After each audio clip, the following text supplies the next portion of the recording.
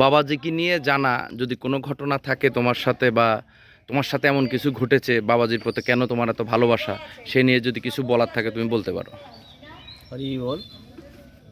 আহ, বাবাজির সম্বন্ধে তো আমরা মানে অনেকেই অনেক কথা শুনেছি বা জানি। তো আমি বাবাজির একদম নিজে দীক্ষিত একজন শিষ্য, প্লাস আমি তো এখন বর্তমানে আসামে থাকি, ভারতে।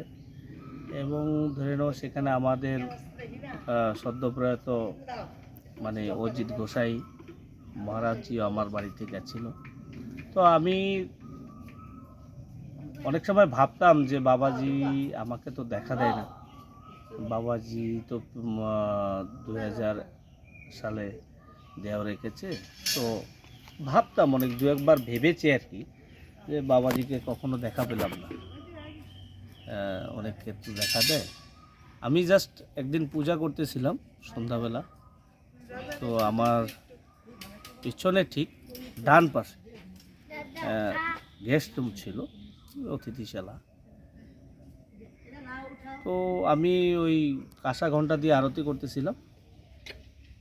হঠাৎ কি যেন আমার মনে হইলো, আমি জাস্ট এরকম করে তাকাইছিলাম।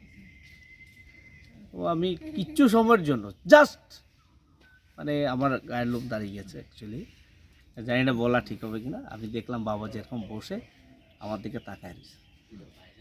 তো আবার যখন আমি এরকম করে ইয়ে করলাম, আর দেখতে পেলাম জাস্ট কিচ্ছু সময়, জাস্ট মানে 1 সেকেন্ডের কয়েকটা ভাগ করলে যতটা হবে, আমি তখন বাবাজি তখন আমি ভাবলাম যে না, বাবাজি আমাদের সকল ভক্তদের সাথে আছে। যদি ভক্ত যদি আন্তরিকভাবে বাবাজিকে ডাকে, অবশ্যই বাবাজি দেখা দেবে এবং সাড়া দেবে। আমি সকল ভক্তদের উদ্দেশ্যে বলবো যে এটা একটা আমার জ্বলন্ত একটা উদাহরণ।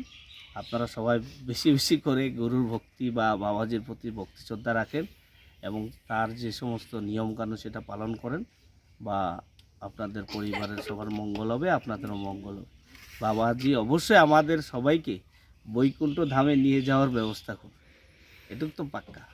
জগৎ গুরু শ্রী শ্রী অচ্যুতানন্দ ব্রহ্মচারী গোসাই বাবাজি ব্রহ্মানন্দের হরি হরি বলাবন, হরি বল বল।